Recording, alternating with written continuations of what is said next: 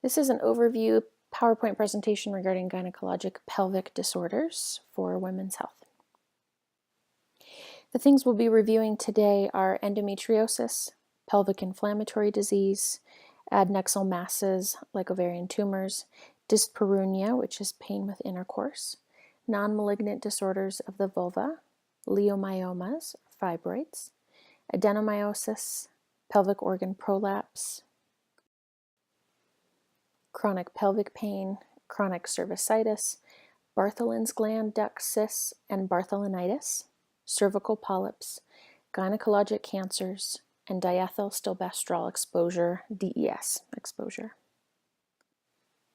OldCarts is an acronym that we can all use to help us ensure that we're getting a thorough history, not missing any questions, and especially as a new provider, this is a really nice way to get that thorough history in an organized way so that if you do need to refer to a gynecologist for further exam, you have a really good idea of at least where you're starting with the client so they don't have to start over. So OldCarts, this acronym is a good one to memorize. We'll start with O, which is onset. When did the pain begin? L, location, so exactly where it is. And this is a good one to actually have them point to that area. Generally, when you begin your visit in the clinic, it will hopefully be with them dressed and you have time to actually have that conversation. And maybe during this point, you think it's probably adnexal or over the ovarian area, but when they're flat and you're doing the exam and they point to the area, it might be more abdominal, or it might be lower, more vaginal, or lower in that pelvic region. So have them actually point to it and ask them if it radiates or moves around at all. D is for duration. So is it chronic in nature and consistent pain, or is it chronic and cyclic? What is it associated with, i.e. menses? C is character. Sharp, dull, burning, and aching, and this is really important to help you differentiate between diagnoses. So what does it feel like for them? A, aggravating factors, what makes it worse? Often you'll hear that it's intercourse that makes it worse, or exercise, or certain movements, and those will be important. R being the opposite, the relieving factors, what makes it better? Is it hot packs? Is it ice? Timing factors, how often are they experiencing this? Is it once a month with menses? Is it more frequent? So is it something that is more urgent or just occurred for them, or is it something that's more chronic and they've been experiencing this for maybe 6 months or longer? S is severity of symptoms, and as nurses we all know that 0 to 10 pain scale. And then dig even deeper as a nurse midwife, how does it affect their lifestyle? So the emotional components of that disease. What is it like for them and their partner? Because often with pelvic disorders it's going to inhibit sexual intercourse, oftentimes vulnerability in a relationship, and with chronic pain in general, as we know, it can definitely affect the psyche and often lead to anxiety and depression. So digging into this one is really important. Here we'll start reviewing some of the common pelvic gynecologic disorders. And again, these slides are not meant to be comprehensive. I do want to make sure that you're reading your Youngkin Women's Health text so that you have all of the details, but I did want to point out some important things for you as future nurse midwives to consider when you see these disorders. So we'll start with endometriosis. Several theories. We actually don't know why it happens for sure. There are retrograde menstruation into the peritoneum, ideas, lymphatic transport. We do know, and I'll get to this in the next slide, exactly what endometriosis is, but again, we don't know what causes it. The most important thing for us to understand as nurse midwives is its relationship with infertility. And if you've worked with any woman who's been diagnosed with endometriosis, you know that she has likely seen many, many providers in terms of probably beginning pelvic pain early on, and then later infertility as her and her partner try to conceive. So if you have a client in front of you who's pregnant with a history of endometriosis or that diagnosis, being really conscious of understanding how much experience she has already had in Western medicine in terms of diagnostics is really important. She's been through a lot to get where she is right now, so staying emotionally aware of where she's at is important. Infertility, again, the connection is entirely understood, but we do know it's likely due to inflammatory cytokines, which does make implantation difficult. And of those women who deal with endometriosis, 38% of them will be diagnosed with infertility, 38% will be diagnosed with endometriosis. So it is really common. There is a 7 to 10-fold increase in first-degree relatives, so that's something to keep in mind as well.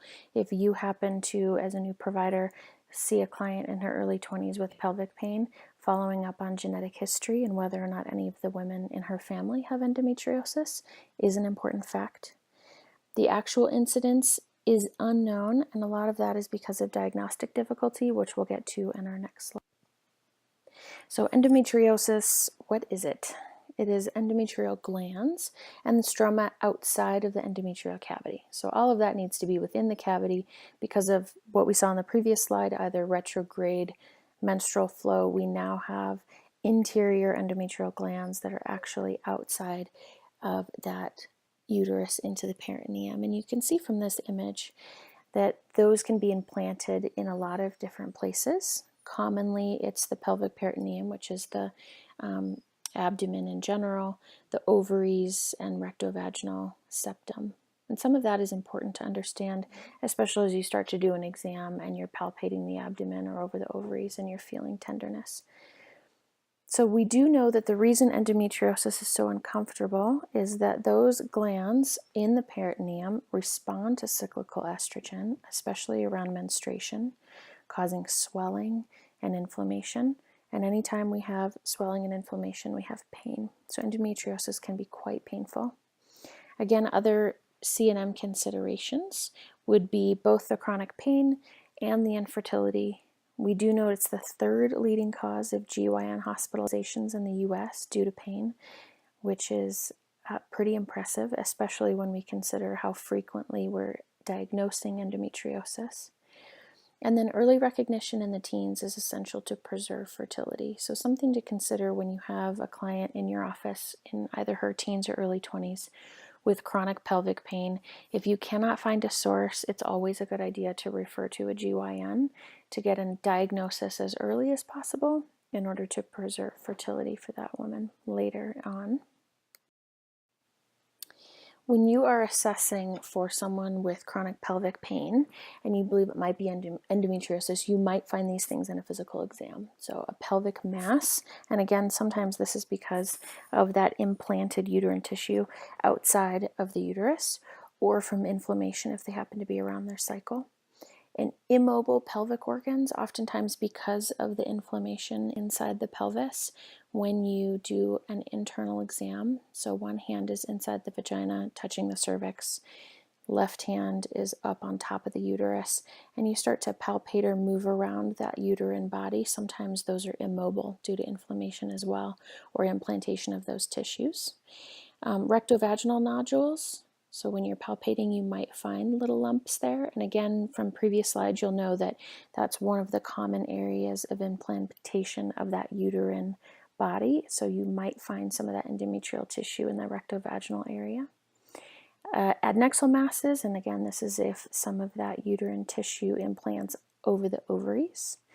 Anytime you're feeling these, it's definitely not diagnostic. But if this is what you're finding, it is a good idea to refer. And again, it's for preserving fertility and for early treatment for these women. The diagnostic test in general is obviously done by a surgeon through laparoscopic surgery, and this is through actual visualization of that tissue outside the uterine body. Oftentimes they can take biopsies or assess those cells during that time as well, and that is the definitive diagnosis of endometriosis. So if you have a client who's seen a lot of providers and they tell you, I have endometriosis, but they've never had laparoscopic surgery, it might be that they were told this might be the case, but unless we can visualize that tissue, we cannot say that that's the diagnosis. So being careful of understanding exactly how it's diagnosed and who does that is important. Treatment will depend on desires for future fertility. So if a woman is in her 20s, diagnosed with endometriosis, and she doesn't yet want children, the medications and surgical options are going to be a little different for her than somebody in their early to mid 30s who are just now being diagnosed as they try to conceive and realize that they're infertile because of their endometriosis. We won't be using medications, probably surgery to try and clear the peritoneum, or consider IVF surgery for implantation. So for midwives, what we need to know is refer to your GYN. They will diagnose, treat, preserve fertility, and then send that client back to you when they're pregnant.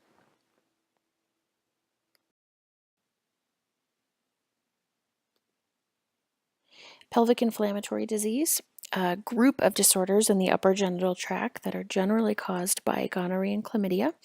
In fact, 85% of PID cases are due to STIs. So a website that's really important for all of us to know in terms of recommendations for screening is the United States Preventative Services Task Force, the USPSTF. They recommend chlamydia screening for all women under the age of 25, and the reason that's recommended is that most of the PID cases are found in those women. We also know that gonorrhea and chlamydia is often asymptomatic, so we're often picking up positive screens for gonorrhea and chlamydia in women who present simply for an annual, and by doing this we can help prevent further cases of PID and possible infertility for these women. So the USPSTF website is really important to be familiar with. Risk factors for PID include African American women. They're at a higher risk. Again, all women under 25 are at a higher risk. Those who've had multiple partners, those who've had sex at a young age, vaginal douching, as it does change the vaginal biome of a woman and does put her more at risk or more susceptible for STIs. Smoking, alcohol use, a prior history of PID, inconsistent condom use, those who have sex for money or drugs, a recent IUD placement, and in general, up to 1 million women annually are diagnosed with PID. So really important to get that screening in. Remembering that screening in general is to be offered to women along with education. So there are some women who are under 25 who are in monogamous relationships who will decline, and that's perfectly fine as long as it's informed consent and they understand the risks of PID. PID is difficult to diagnose because there are often many signs and symptoms. So if you come across somebody with abdominal pain, abnormal vaginal discharge, postcoital bleeding, which is bleeding after intercourse, intermenstrual bleeding, which is bleeding in between periods, fever, nausea, vomiting, UTI signs and symptoms, or low back pain, considering PID. And anytime anyone has a fever or nausea, vomiting, it's always a good idea to do a full rule out in terms of a CBC, etc. And we'll talk about this on the next slide, but definitely a urine gonorrhea, chlamydia, or vaginal culture. When you do the physical exam, oftentimes these women will be febrile, so they'll have fevers of 101 or higher. And again, remembering that gonorrhea and chlamydia can be asymptomatic for quite some time. PID is generally when you'll start to have signs and symptoms if you were previously asymptomatic. So these are sudden onsets of fever. When you do an abdominal exam, oftentimes there's guarding, so there's tightening when you're trying to palpate around the abdomen or uterus, rebound tenderness. And then when you use a speculum, you might see purulent cervical or vaginal discharge. So oftentimes when you put in a speculum and you see the cervix, you can't see the cervical os or even the cervix in its entirety because there's so much discharge there and at the vaginal walls. That is a really easy one to culture, so you can always swab that. But making sure that you get those long Texas swabs, which are the nice long cervical Q-tips, so that you can wash away some of that vaginal discharge and actually get a really good idea of what the vagina and the cervix looks like. That's really important. And then a bimanual exam, which is when one hand is inside the vagina touching the cervix, the other is up over the uterus. CMT is cervical motion tenderness, and with one hand inside touching the cervix, when you move your fingers side to side and just make a gentle motion at the cervix, they'll be quite tender with that, and that's a pretty classic sign of PID.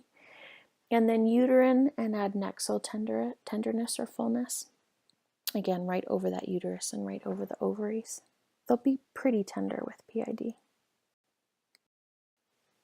So PID, you've already assessed the client, talked with them in clinic, and now you're ordering diagnostic tests. What should I order? The first is a urine pregnancy test on anyone that comes in with pelvic pain who is in the reproductive age. This is to rule out an intrauterine pregnancy, and especially with pain, you're wanting to rule out an ectopic pregnancy, which can happen very early on, even prior to a woman taking a pregnancy test. So that's the first thing to do really in any GYN visit is the UPT. The second is a vaginal smear microscopy, and so that is just preparing a slide for yourself and then looking at that to rule out trichomonas, and you're going to look at the trichomonads, the ones that kind of flit around, and we'll talk a little bit more about that later in STI lecture. But you're ruling out trichomonas, and also you're ruling out bacterial vaginosis by looking at clue cells. And so ruling out both of those is also important. Oftentimes these things will go hand in hand, so it won't just be one thing that you'll find during the visit. You'll also find BV, yeast, and trick. Do a urine GC-CT, so that's just a urine gonorrhea chlamydia and a urinalysis. This rules out UTI or a pyelonephritis, which is inflammation of the kidneys, and that's important to do anytime there's pain, so you're kind of doing a full pelvic workup. If you do order labs, you'll do a CBC, and that complete blood count might show you an elevated white count, it might not. The ESR and CRP, so an erythrocyte sedimentation rate, will often be elevated. Isn't commonly ordered, but can be. And the C-reactive protein can often be elevated due to inflammation, so not a bad one if you're already drawing serum labs. Anytime someone shows up to your clinic and you palpate something, so if you find a pelvic mass and there's any pain, you really should order a pelvic ultrasound to find out exactly what that is. You can find pelvic masses often on bimanual exams, oftentimes abdominal exams. Pelvic sono is a quick, easy way to rule out a tumor. So differentials. It might be PID, but it might also be acute appendicitis, an ectopic pregnancy, ovarian torsion, which can cause a lot of pain, UTI or pyelonephritis, which we talked about, vaginal infections like BV yeast, trick, salpingitis, which is inflammation of the tubes, endometritis, which is inflammation of the endometrial lining, and an ovarian cyst or mass. So things to keep in mind there. The treatment, if it is PID, is a one-time IM injection of ceftriaxone, 250 milligrams, but always look at CDC treatment guidelines. They will update in terms of the most successful treatment. So it's always a quick, easy website that for us providers to look and see what we should be doing if we do indeed diagnose PID. So client education, if someone is diagnosed with PID, is to ensure that they complete their medication regimen. So if it's not a one-time IM dose for some reason or related to allergies, if they do have an oral medication, it's important to complete that. And why? What are some of the side effects of the medications that they're taking, so they understand that it's simple side effects and they should still continue it, and or call me if, those sorts of conversations. Abstinence until the medications are completely done so that you're not spreading gonorrhea, chlamydia to another partner. At the time of diagnosis, they do need to notify and treat their recent partners.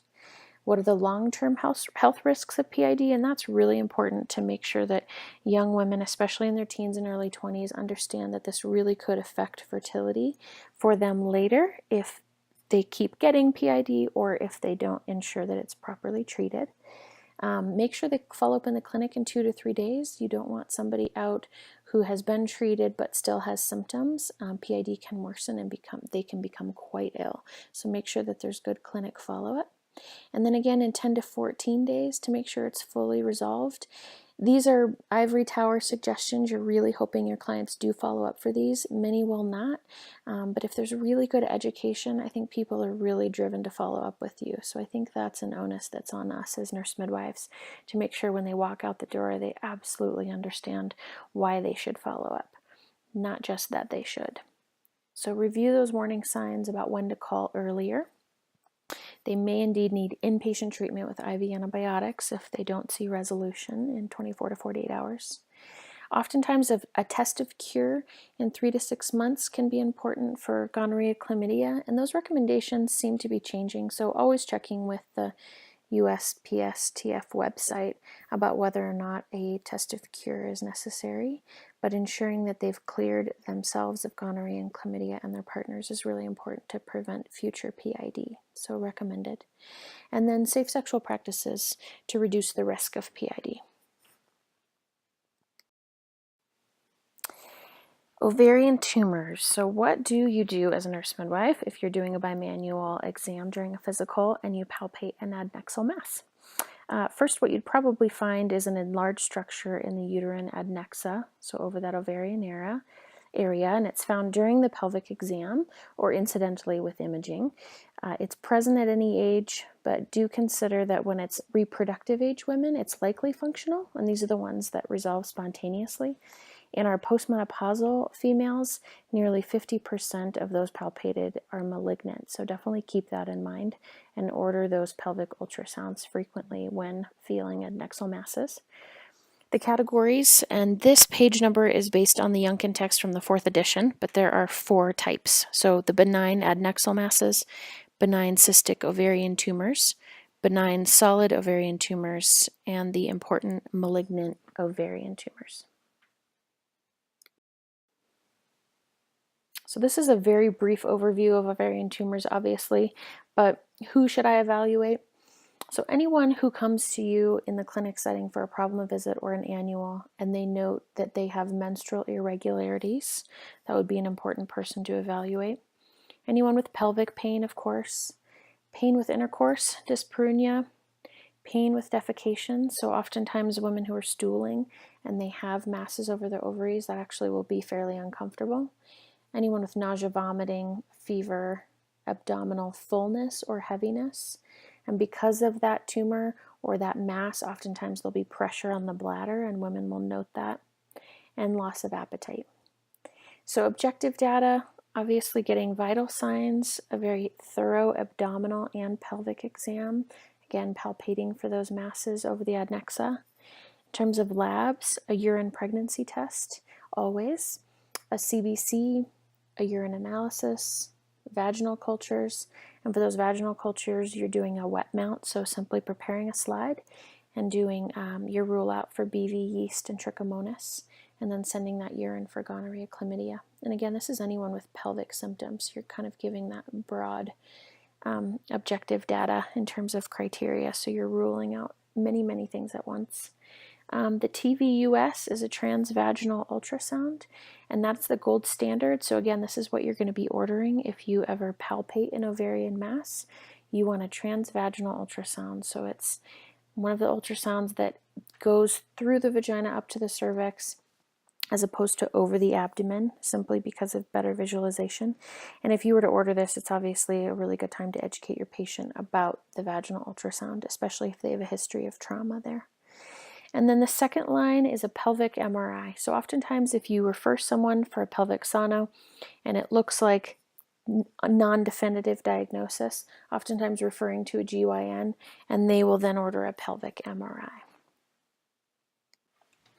So dyspareunia is painful intercourse. It can be present at any time, either at the entry of the vagina or with deep penetration of the penis or other things up high near the cervix.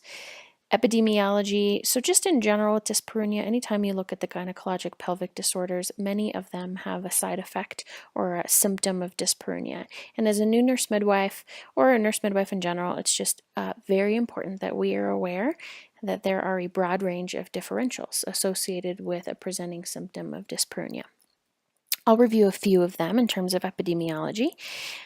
So pain at the entry site or superficially at the vulva can be due to vulvovaginitis, so inflammation of that area in general. Provoked vestibulodynia. An example of this is decreased estrogen at the vaginal walls. So sometimes women who are lactating and breastfeeding, as you are aware, can change the sensation of intercourse and the way that the vagina stretches and moisturizes itself at the vulva. Urethritis, interstitial cystitis, cervicitis, a lack of lubrication, levator spasm, and female circumcision. We're going to talk about several of these in further slides. And then there's pain with deep penetration. And again, this is important with using your old carts. So you're asking them exactly when their dyspareunia is worse and what makes it better. So sometimes it's just with deep penetration, and that can be due to uterine retroversion, pelvic relaxation, endometriosis, adhesions, adenomyosis, which we'll review in future slides, pelvic congestion syndrome, A lack of vaginal expansion due to insufficient arousal. That's also a common reason for dyspareunia. So understanding that there are many differentials and knowing what just a few of them are is very important when diagnosing the cause of dyspareunia for a client. So there are physiological and psychological risk factors for dyspareunia. So we know menopause, which is estrogen depletion, which we talked about. So without estrogen, the vagina doesn't stretch quite as well and doesn't have the lubrication. So that's something that we deal with a lot with our menopausal clients. Restrictive sexual attitudes, so actually enjoying the intercourse and actually getting the lubrication that a woman needs in order to have pleasant sexual interactions. Relationship difficulties, history of sexual abuse, history of sexually transmitted infections, recurrent infection in the vaginal biome like yeast can often be very uncomfortable, and then poor hygiene. So the incidence of dyspareunia is largely unknown, and a lot of times it's because women won't report it. Most of the time, again, it is in older women, likely due to menopause and the hormonal changes. For younger women, in those who report dyspareunia, it's generally a vulvovaginitis infection, so something that you really want to look at and rule out with microscopy. So make a slide and look for your yeast, BV, and trichomonas, as well as other STIs. Going back to old carts, this is really important and a really nice acronym to use for dyspareunia because it will help you differentiate between all these differentials.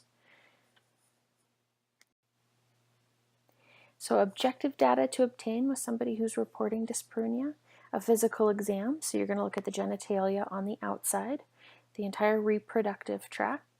If you do look with a speculum, it's important to visualize and be very, very gentle. So when you're choosing your speculum, always start with the smallest size, use a lot of lubrication, and even consider letting her insert the speculum herself.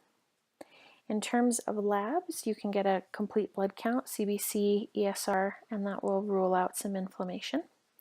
And then a urinalysis, a urine pregnancy test, and that wet mount we talked about, a simple slide to look for BV, yeast, or other STIs. When you make a plan with a woman, it really is going to depend on her signs and symptoms and what you're actually diagnosing it. So what's the etiology? If it is psychosocial in nature, cognitive behavioral therapy, or CBT, has been very effective. So finding out if there's a history of sexual abuse or other emotional concerns going on with a partner, oftentimes referring to a counselor or having that conversation with your client can be really beneficial for them and their symptoms. Medications. So when we think about low estrogen levels, especially in our menopausal women, oftentimes hormonal therapy, and that's for the atrophic vaginitis, can help increase lubrication. So that's something that hopefully you'll learn about a little bit more in clinicals and when we touch on care of the menopausal woman. Progressive dilation if it's vaginismus. So if you have a narrow introitus, that vaginal opening is very tiny all the way up, sometimes progressive dilation, and oftentimes this is prescribed by a pelvic physical therapist, that can actually help stretch very gently and slowly so that it's more comfortable then with a penis in terms of dyspareunia in general. And then hymenal remnants or scar tissues. So oftentimes if women have had very bad tearing in labor and birth and then they're repaired, sometimes they'll come to you and report tightening of that vaginal area. So sometimes progressive dilation can be helpful with them as well. So a review of some of the non-malignant disorders of the vulva. You're going to see a lot of these. So essentially it's really important to understand the difference between malignant and non-malignant. If there's ever a question, a biopsy, if you're able to, of the tissue of the vulva, or just referring to GYN is really important. But I do want to briefly review this as a nurse midwife since you'll come across this quite a bit. So CNM considerations, important to know to either treat or refer. Most common are vulvodynia, lichen sclerosis, and chronic fungal infections, yeast being the most common. Vulvodynia is a burning, stinging rawness with or without itching or pruritus that's either general or localized, and it can be spontaneous or provoked, meaning it can either hurt without touch or during intercourse. It's most common in reproductive age women, generally between the ages of 18 and 25, and usually it's intermittent, generally at the time of intercourse, but not always. And this is why you want to gather detailed subjective history and signs and symptoms using your old card acronym. So obtaining objective data, you're going to do the full physical exam, a full pelvic exam with a sensory Q-tip if you've ever done this before. So sitting with a woman in lithotomy position and being very tender and letting her know everything you're doing. You're using a very small Q-tip to gently touch areas of the vulva to elicit a response and understand exactly where the sensitivity is. And again, she's guiding you in that subjectively. Then you can do a speculum exam. And again, with anything with the vulva or pain around the vagina, you do always want to start with the smallest speculum available. You want to note any erythema, redness, any ulcerations.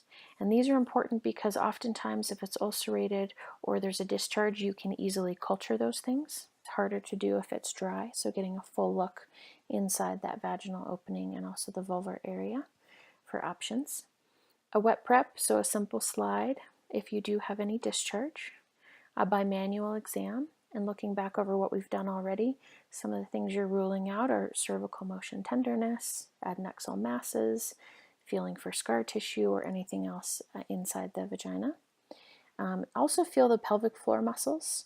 Sometimes you'll find some unilateral tightness, so tightness on one side and not the other related to any number of things, but oftentimes referring to a pelvic PT can be helpful with this as well, since that's their specialty. And then feeling over the hips and their back as well. So in terms of diagnosis, it's just a clinical diagnosis. You don't need to do biopsies to diagnose them, but you can to consider differentials. Certainly if it's something you've never seen before, it would be important to refer and biopsy in that case. But some of your differentials are candidiasis, so yeast, that chronic fungal, herpes simplex virus, HSV, and you can biopsy those or at least just get a little Q-tip to send off for a culture. Herpes zoster, strep, staph, labial adhesions, atrophic vulvovaginitis, which we talked about, contact dermatitis, and lichen. So your plan with non-malignant disorders of the vulva, first is psychosocial. You can often refer to a counselor, especially if it's something like vulvodynia.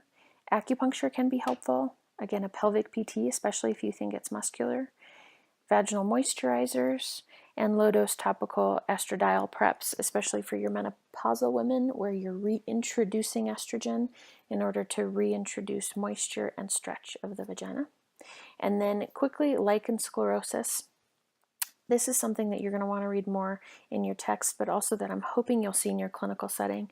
It's not something that's uncommon, but we don't see it a lot as CNMs because oftentimes it's referred to a gynecologist. But if you see lichen, you can use, or anyone with a history of it who needs a prescription, high potency topical steroids. Oftentimes that will severely reduce signs and symptoms and pain. And then consider the biopsy if it's persistent over 6 months. Lichen is something we know to often be really chronic. Leiomyomas or fibroids. These are benign tumors of the smooth muscle inside the uterus. It's the most common cause of uterine enlargement in non-pregnant women. So you'll find these on your bimanual exams. Oftentimes an enlarged uterus will prompt you to get, or immobile uterus will prompt you to get a pelvic ultrasound.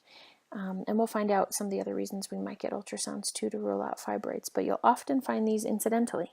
Because many are asymptomatic, most women who have them don't know that they do until maybe they become pregnant and they get that first ultrasound for dating and they'll find fibroids at that time. They're possibly due to genetic mutations and unchecked growth. We don't exactly know why. And prevalence, 50% of African American women and 35% in Caucasian women, so really very common. So leiomyomas are classified by location. You can see in the image in the lower right-hand corner of this slide here. The most common is the intramural fibroid, and those are the ones actually embedded in the myometrial wall. The submucosal are just below the endometrium, and those are the ones that are generally associated with infertility because of that implantation interference. Third is the subserous, just below the serosa, And those that are pedunculated, you can see that in the top of the uterus, they actually come down into the cavity. And finally, the broad ligament myomas, and those are the ones that will show you lateral growth, and oftentimes you'll palpate an adnexal mass if it is a broad ligament myoma. Possible signs of a fibroid for a woman is abnormal uterine bleeding. So the most common is heavy prolonged periods. And oftentimes you'll be in a clinic visit with a woman at her annual or in a problem visit with the biggest concern for her being, I have a really heavy periods. It wouldn't be a bad idea to order a pelvic ultrasound to rule out fibroids. Oftentimes these can be removed in order to decrease heavy prolonged periods. Another side effect is pelvic pressure, and that's just due to the weight and size of the fibroid, bloating, dyspareunia, difficulties with urine and defecation, so with stooling, urgency and frequency, and a lot of that is just because of the pressure of the heaviness of that fibroid on those structures. When you're doing your physical exam, oftentimes you'll palpate a large mass. Make sure first that you have an empty bladder so you're not feeling the bladder. And that's kind of an important thing to have anyone do before they start in on their annual exam. Having an empty bladder for a bimanual or speculum exam is much more comfortable. But also, you're ensuring that anything you feel might be pathological and not a bladder. You might also palpate firm or irregular non-tender uterus. So fibroids are not generally painful when you touch them. Labs, often because of those heavy prolonged periods, you'll find that women have anemia, so getting an H&H or CBC to rule that out is important.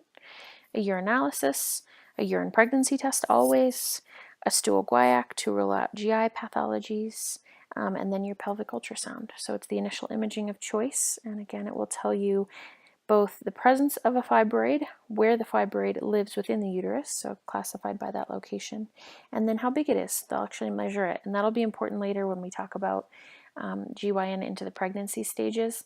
Oftentimes in that dating ultrasound, they'll measure the fibroid, and they can remeasure it again at the anatomy ultrasound to make sure the fibroid isn't growing or compressing or inhibiting any fetal growth. You could also get an MRI, but this is for mostly for pre-surgical planning. So this is if you've already referred to a GYN. They might get an MRI right before they go into surgery to find out exactly how they're going to remove it.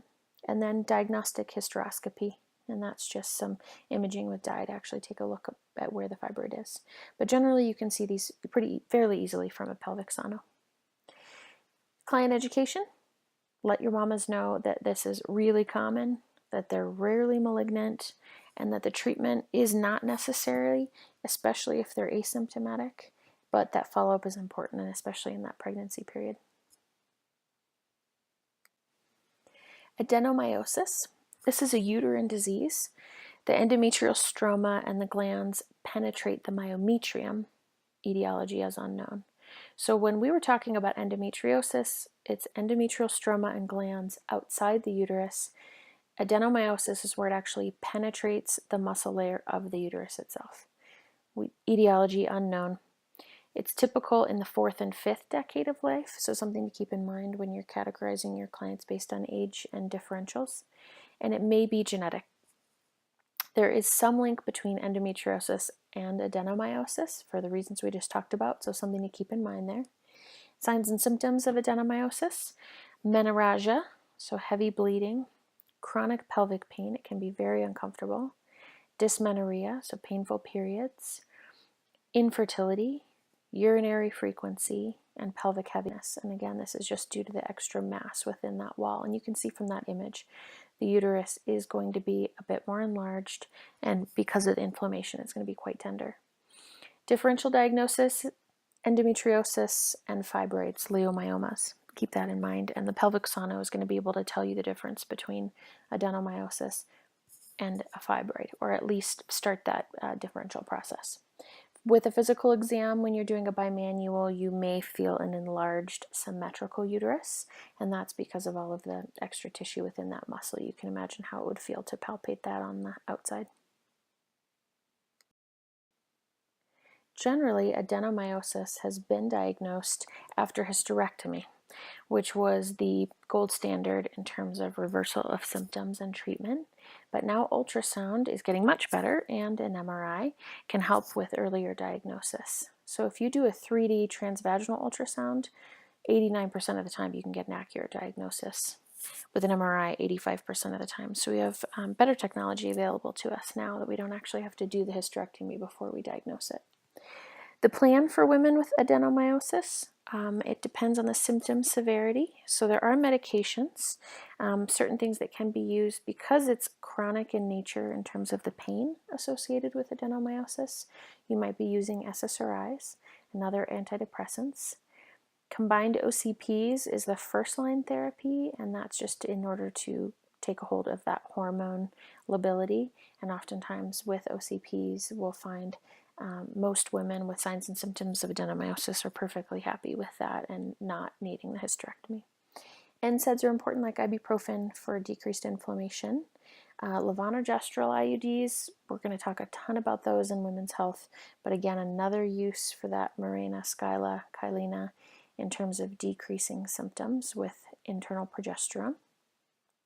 Surgery, so again, there's the hysterectomy and surgical adenomyomectomy.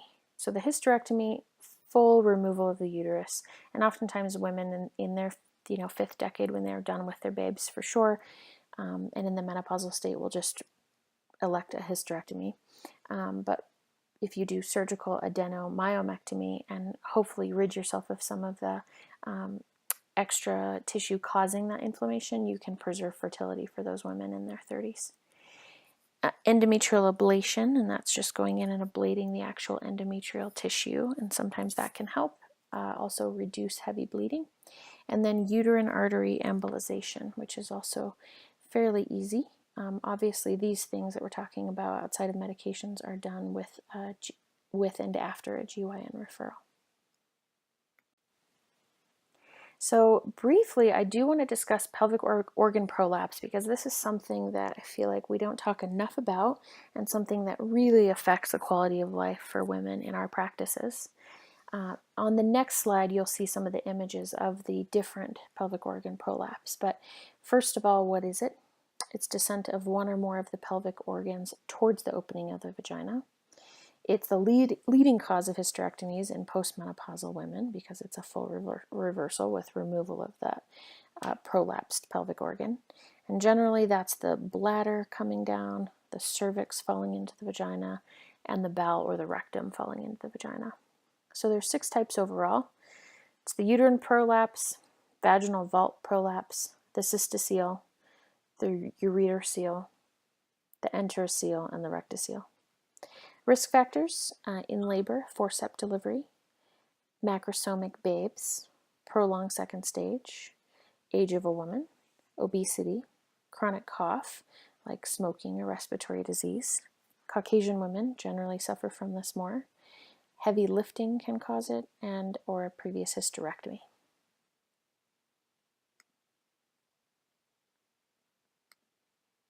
I did want to post this slide so you could take a second and actually visualize the different pelvic organ prolapses.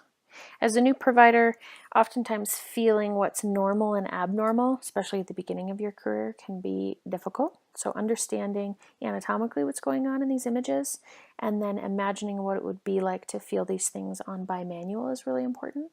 When you're doing this bimanual, you're first having them do this in lithotomy position at rest and then have them bear down, and oftentimes that's when you'll really feel that prolapse.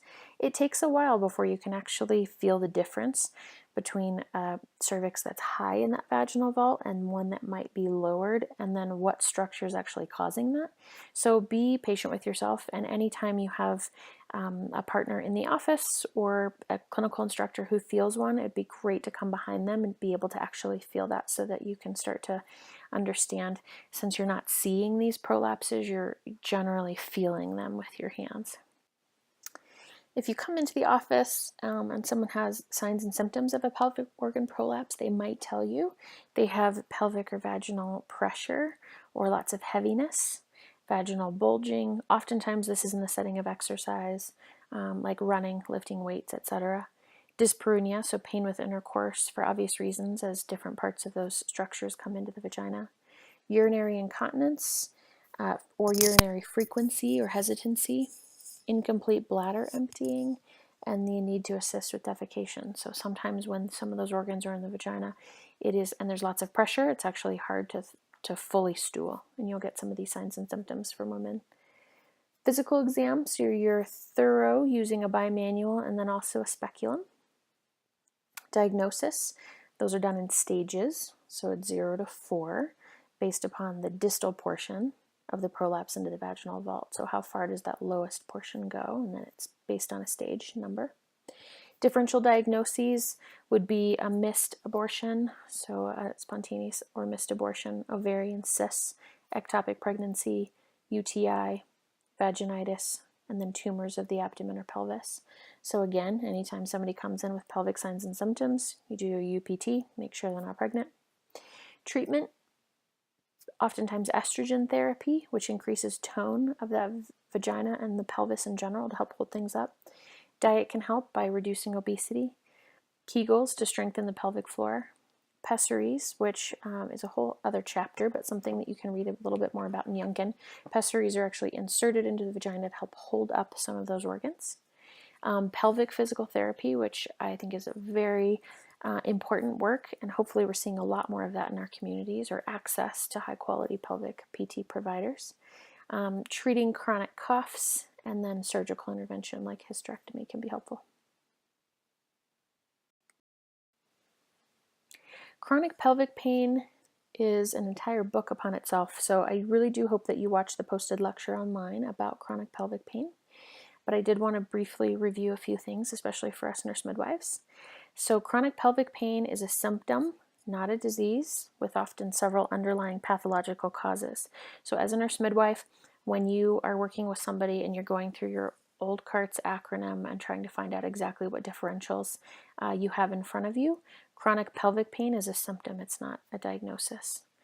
It's cyclic or non-cyclical, it's in the lower abdomen or pelvis, generally chronic in nature if it lasts greater than 6 months. It can be chronic but continuous or intermittent during that time, and it does impact activities of daily living. So common pathologies resulting in diagnosis: endometriosis, post-op adhesions, pelvic varices, interstitial cystitis, or irritable bowel syndrome. 61% of U.S. women with chronic pelvic pain did not have a clear diagnosis. So you can imagine if you are in that 61% of U.S. women, and many of you might have dealt with this yourself, it can be very, very frustrating. Chronic pelvic pain without a diagnosis, a clear diagnosis, is actually very common. So anyone coming into your office with reports of chronic pelvic pain, something they've been dealing with over 6 months and don't have a diagnosis, we be very, very patient with these women and make sure that we're referring them to really high quality providers who can help in the diagnostic process. The incidence of pelvic pain, chronic pelvic pain, is 8.5 to 15% of women in general. Negative effects on relationships, social isolation, sleep disturbance, and fatigue. Anytime you hear chronic related to anything, know that it's going to be an emotional issue for most women, especially in their relationships, especially sexual, considering it's in the pelvic region. So making sure that we also refer them to counselors and have those emotional conversations and just bring them up openly in clinic is really important for their quality of life. So subjectively, they may tell you certain signs and symptoms, and the subjective history is probably more important than anything else we're going to do. Anytime someone with chronic pelvic pain comes in, we're driven to want to order something, but oftentimes it won't give us anything unless we really, really listen to the story of what kinds of symptoms they have. So again, back to that old CARTS acronym and being as thorough as we possibly can will help rule out some differentials and help them get closer and closer to a diagnosis. So the physical exam, anytime you're doing an exam on somebody with pelvic pain, obviously it can be very painful and stressful and emotional. So be really gentle. Again, going back to the smallest speculum possible, maybe allowing them or having the conversation about allowing them to insert it themselves if they're comfortable with that, and establishing trust and confidence is really important with these women, with all women, but definitely with those with chronic pain as well. Labs that you could consider, especially if it's the first time they've seen a provider, would be a complete blood count, complete metabolic panel, and erythrocyte sedimentation rate, a urinalysis, your wet mount, simple slide, gonorrhea, chlamydia, urine, and then rule out a GI concern with a guaiac. Tests that you can also order would be ultrasound, so it's generally going to be a transvaginal ultrasound to rule out any anatomical issues, and then refer to a GYN. Again, laparoscopy is the gold standard to diagnose, since many of these women will end up being diagnosed with endometriosis.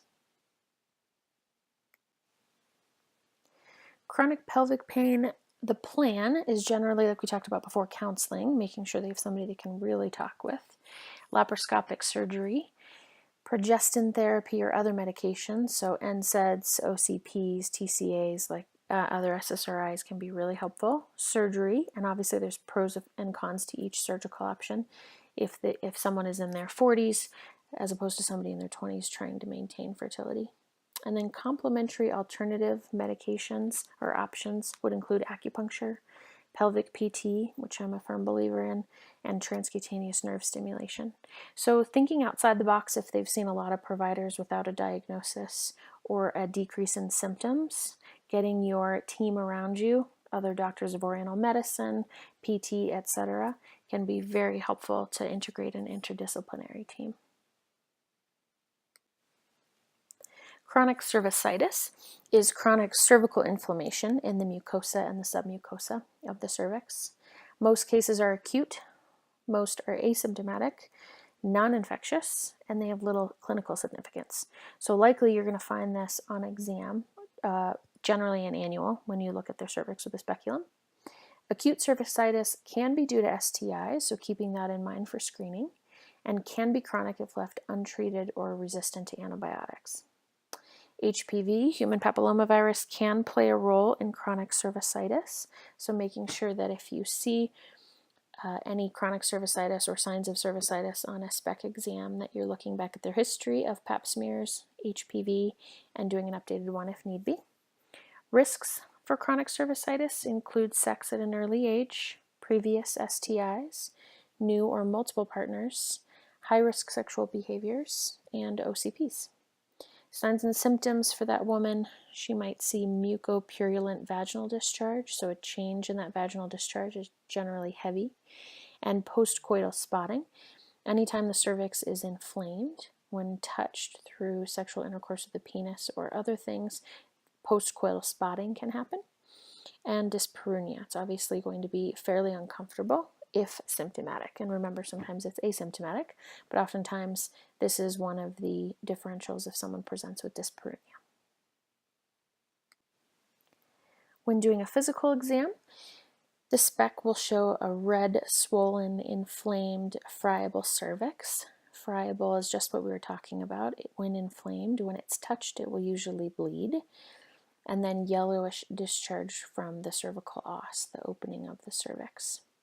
Tests, so anytime you're seeing that mucopurulent vaginal discharge, doing a wet mount, simple slide, to rule out yeast, BV, trichomonas, or other issues of the vaginal biome, a urine gonorrhea chlamydia test, and then a herpes simplex virus culture if there are lesions. Make sure to send that off.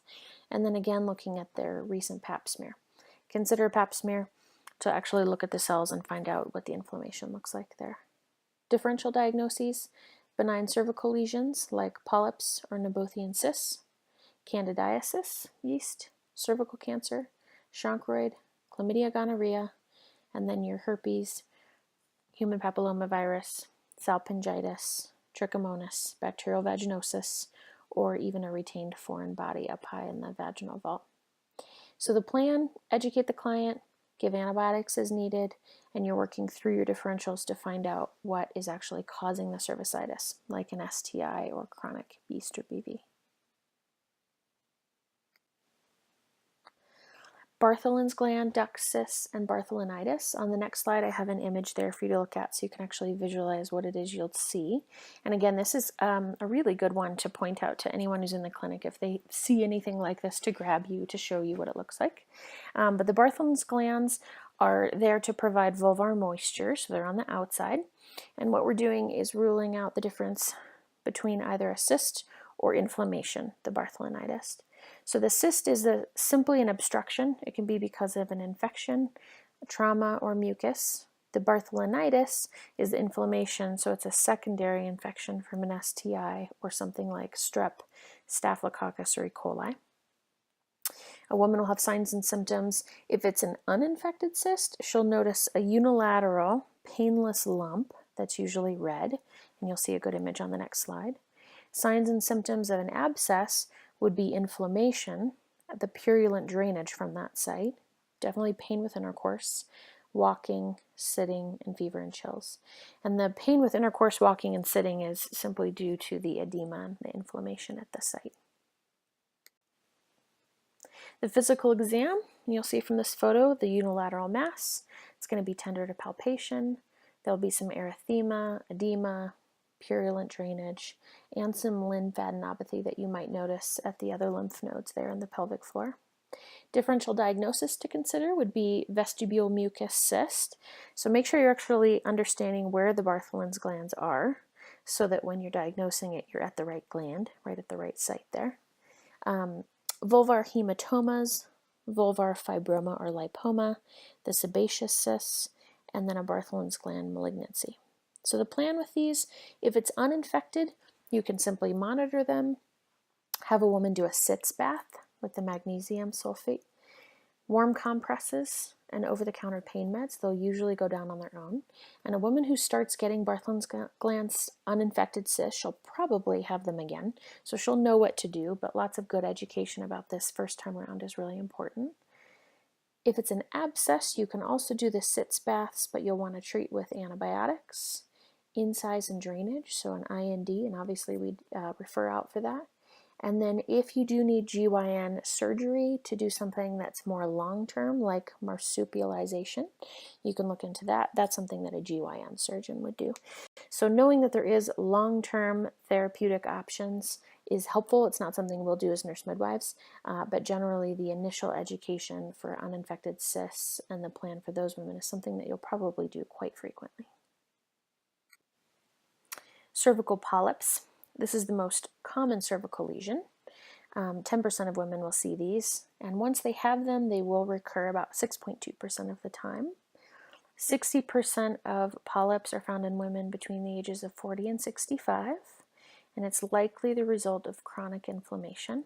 I do have an image that I tried to come up with here, but I want you to look in your book and online at different cervical polyps. When you first remove one of those, or you first see one of these, sometimes they're quite scary. So again, this is something that you really want to chat with your clinical instructor, or when you're a new provider, anyone that sees quote unquote interesting things in the office. Cervical polyps would fall into that category. Go take a peek at those.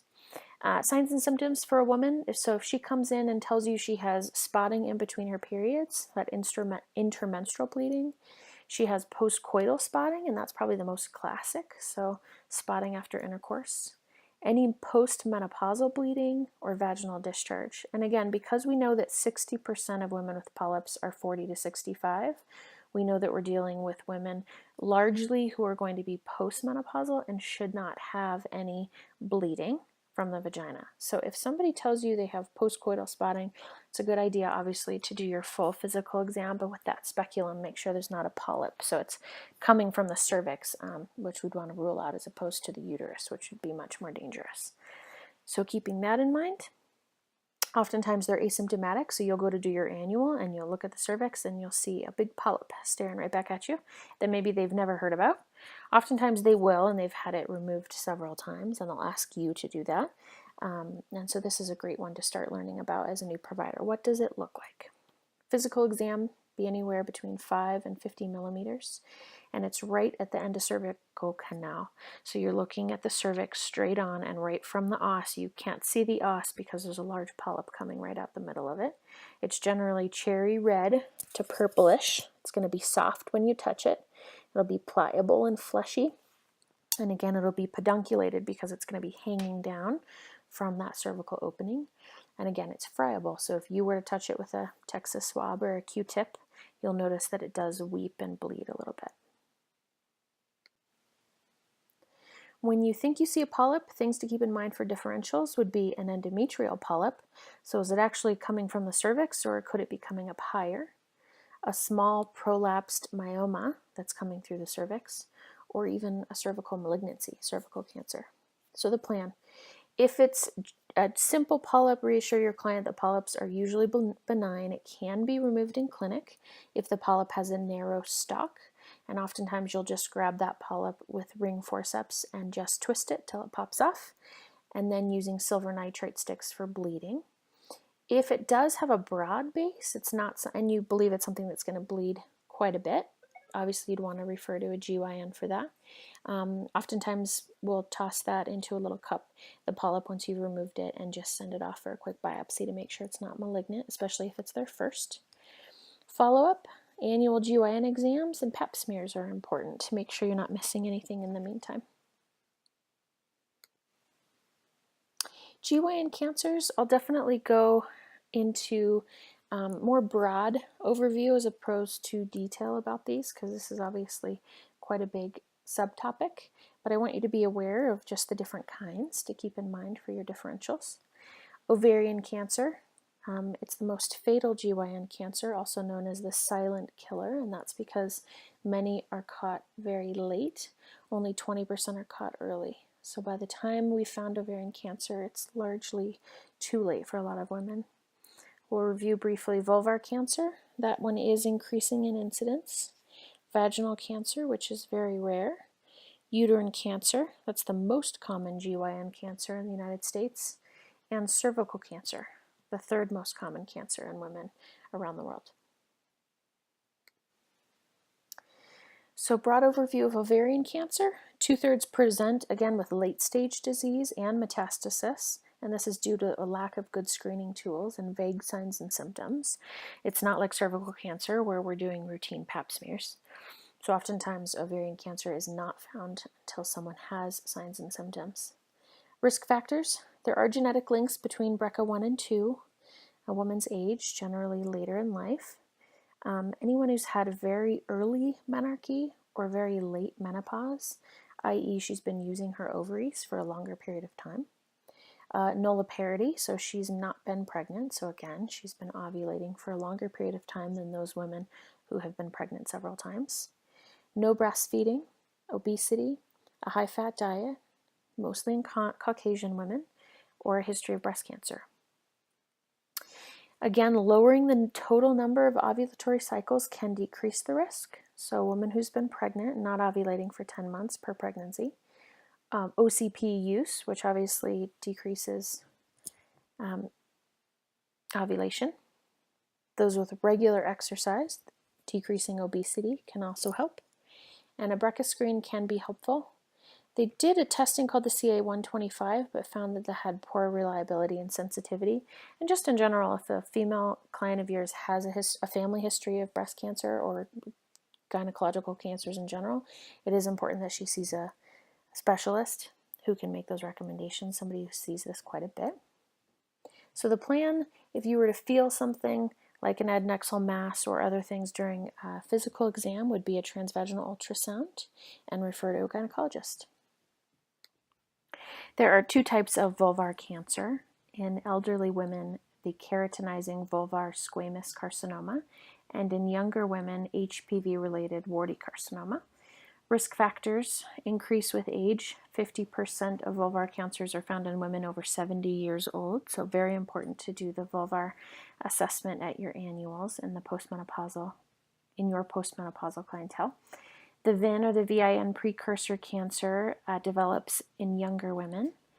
Smoking enhances risk, as does HPV, a history of lichen sclerosis, a history of other GYN cancers, and dermatology like atypical vulvar moles. Something to keep in mind there. There are no specific signs and symptoms, so thorough self-exams, teaching women how to do those, and then as practitioners doing annual GYN exams and also focusing on that vulvar area is really important. If need be, or you come across something abnormal, doing a vulvar biopsy or referring for a vulvar punch biopsy would be important. Vaginal cancers. 3% of GYN cancers are vaginal cancers, and they're usually seen in women over 60. So again, another really good reason for annual exams in that postmenopausal period. There are 4 main types of vaginal cancer that I won't go into, but just understanding that there are more than one. Risk factors is age, older, more at risk. Diethylstilbestrol exposure in utero, so those DES exposures, and that's the final slide of this presentation, so we'll go into DES exposure later. HPV is also an increased risk for vaginal cancer, and a history of cervical cancer. Signs and symptoms for women, if they come in with abnormal vaginal bleeding or discharge, and obviously if they're over 60, that's something we're going to be very careful with because we don't want them to have any vaginal bleeding. That would be uncommon. Painful urination, dyspareunia, pelvic pain, or a vaginal lump. The plan would be a thorough pelvic exam, a pap smear, a colposcopy if needed, and a biopsy. If there's any suspicion for cancer, refer to a GYN specialist. Uterine or endometrial cancer. So this is the most common GYN cancer with 83% survival rate at 5 years, and that's due to early detection. These are the women who are postmenopausal, have not bled, and they show up in your clinic reporting spotting. If that's the case, they should immediately have an endometrial biopsy.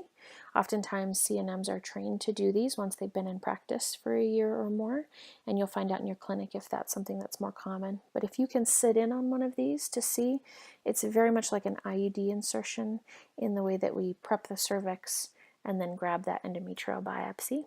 But because of that early detection, 83% survival is pretty good. Uterine cancer is uncommon in women under 40 years old. There are disparities among white and black women in terms of endometrial cancer, and a lot of that is because of detection, referral, and recommendation. So being very aware of those disparities is really important. Risk factors for uterine cancer is a link to overexposure to estrogen. So it's an estrogen therapy without progesterone. These are these women who come in for estrogen to help with vaginal dryness postmenopause, but it's a very high estrogen and they don't have progesterone along with that, which puts them at risk for endometrial cancer. And we'll learn more about that later. A high number of menses, obesity, PCOS, age, diabetes, a family history of GYN cancers, all risk factors for uterine cancer. Signs and symptoms, these are the women who come in with heavy, long, intermenstrual, postmenopausal bleeding, pain with intercourse, and pelvic pain. Physical exam, you'll do your pelvic. A transvaginal ultrasound is often helpful to rule out anything anatomical, and then your EMB, your endometrial biopsy, if the endometrial thickness per sono is found to be greater than 5 millimeters. Oftentimes an endometrial biopsy is warranted then. Cervical cancer. The incidence in the U.S. is decreasing, and this is due to pap smears, but we know that worldwide it's still very, very high. It starts slowly as cervical dysplasia, and the majority is caused by HPV. And we already know all of this because it's the reason we do pap smear screening. The prevention, there is a Gardasil vaccine, which is 3-dose for young women and now approved for men between the ages of 9 and 26 years old. And these test for strains 16 and 18. 16 and 18 are relevant in 75% of cancers, and 6 and 11, 90% in genital warts. So when we do our pap smear and we do our HPV, we'll find out which strain it is specifically, and then we can educate our clients about that. Risk factors for cervical cancer: intercourse at an early age, multiple partners, a weak immune system, high-risk sexual activities, smoking, DES exposure, OCPs for greater than 5 years, use for greater than 5 years. Age 35 to 54 is most common, and there's usually a family history link, but not always. Lower socioeconomic status, so there are some disparities there, and anyone who's had greater than 3 pregnancies. Cervical cancer, early signs and symptoms may be absent, so there might be persistent vaginal discharge, intermenstrual bleeding between periods, some postcoital spotting, and then long or heavy periods. Some late signs and symptoms would be loss of appetite, weight loss, pelvic or back pain, unilateral swelling in one leg, fatigue, heavy bleeding, or urinary incontinence. And then pap smears, what we're doing initially is just detecting whether or not cells are abnormal. We don't diagnose dysplasia or cancer with pap smears. We simply follow the ASCCP guidelines. And remember, there's an app and also a website to make sure you're always up to date. But they'll tell us how often we should be screening for abnormal cells. No one should get a pap before 21 years of age, and there's no routine HPV screening until 30 years. And those ASCCP guidelines changed because essentially we were finding HPV very commonly in women under 30 and over-intervening and actually causing more harm than good. So that's why these numbers are in place and why it's really important to always look for guidelines and updates. If someone is then over 65 and they've had 3 consecutive normal pap smears, they do not need any more. So cervical cancer in general, there's the Bethesda system, and I think we're all familiar with this, used to classify pap smear results. So the initial read you'll get back is negative for intraepithelial lesions, i.e. normal, so NILM, and then it proceeds from there. And I'll let you read the slide yourself, but I'm sure you've seen these results and you will see them as a nurse midwife every day you're in clinic, I'm sure. So you've got your ascus, and then your L cell, H cell, and then your atypical glandular cells. And these are all kind of moving up from normal to abnormal. And again, none of these are actually going to be diagnosing cancer, but they will give us the algorithm for treatment in terms of further screening. So do they need a colposcopy? Do they need a LEEP, etc.? And when do we refer them to the GYN practice? So understanding these is really important. I would take some time to just know at which point would you refer, at what point would you repeat. Is it 6 months, 1 year, 3 years, 5 years? And these recommendations will always change every year or two in practice from ASCCP. But having a general idea of when we would repeat is important so that you can educate your client about that as well, and also educate them about why these changes are being made in terms of follow-up rates.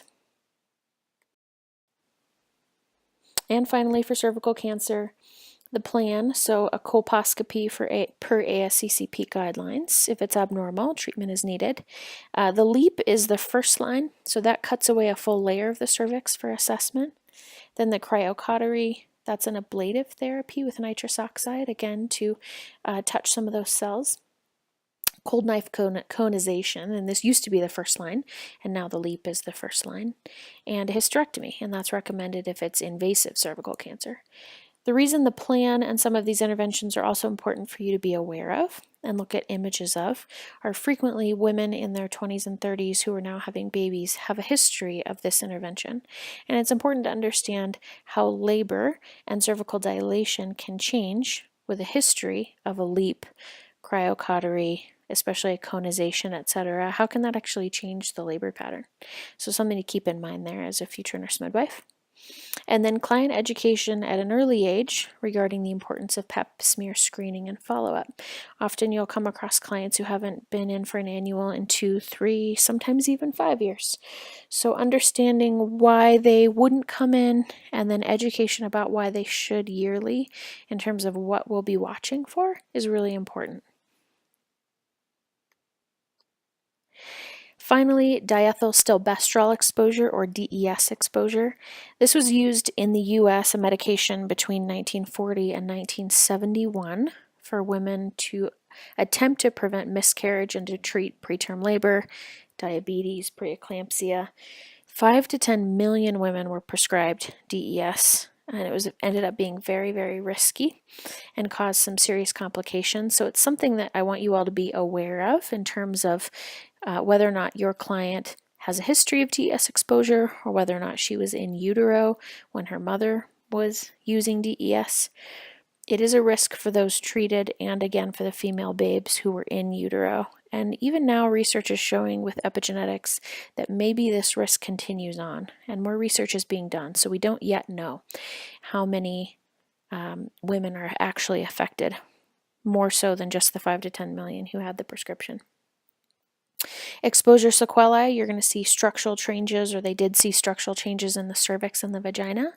It led to cervical and vaginal cancers. It increased miscarriage and ectopic pregnancy, and it increased preterm labor, pre-labor rupture of membranes, and breast cancer. So some of the things it was actually prescribed to prevent, it actually caused.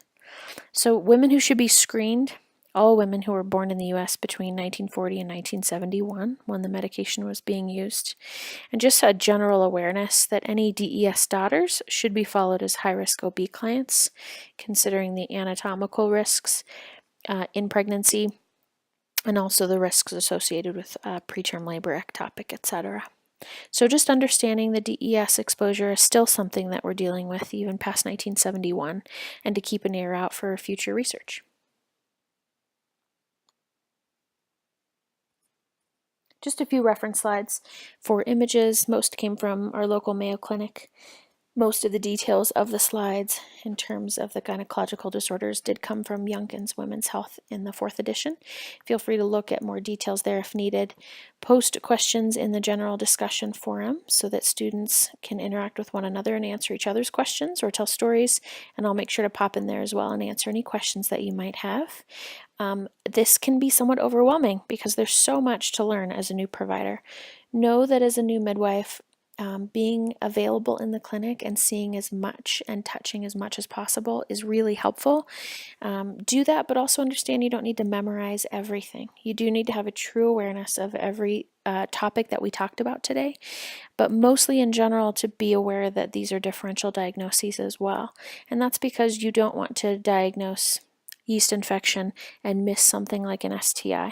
So understanding that generally things will play upon one another and it might not just be one diagnosis, really digging into a thorough history using that old CARTS acronym, and being really available in clinic to see anything that you can and anything that you can get your hands on during this portion of your studies is going to be hugely impactful as a new provider.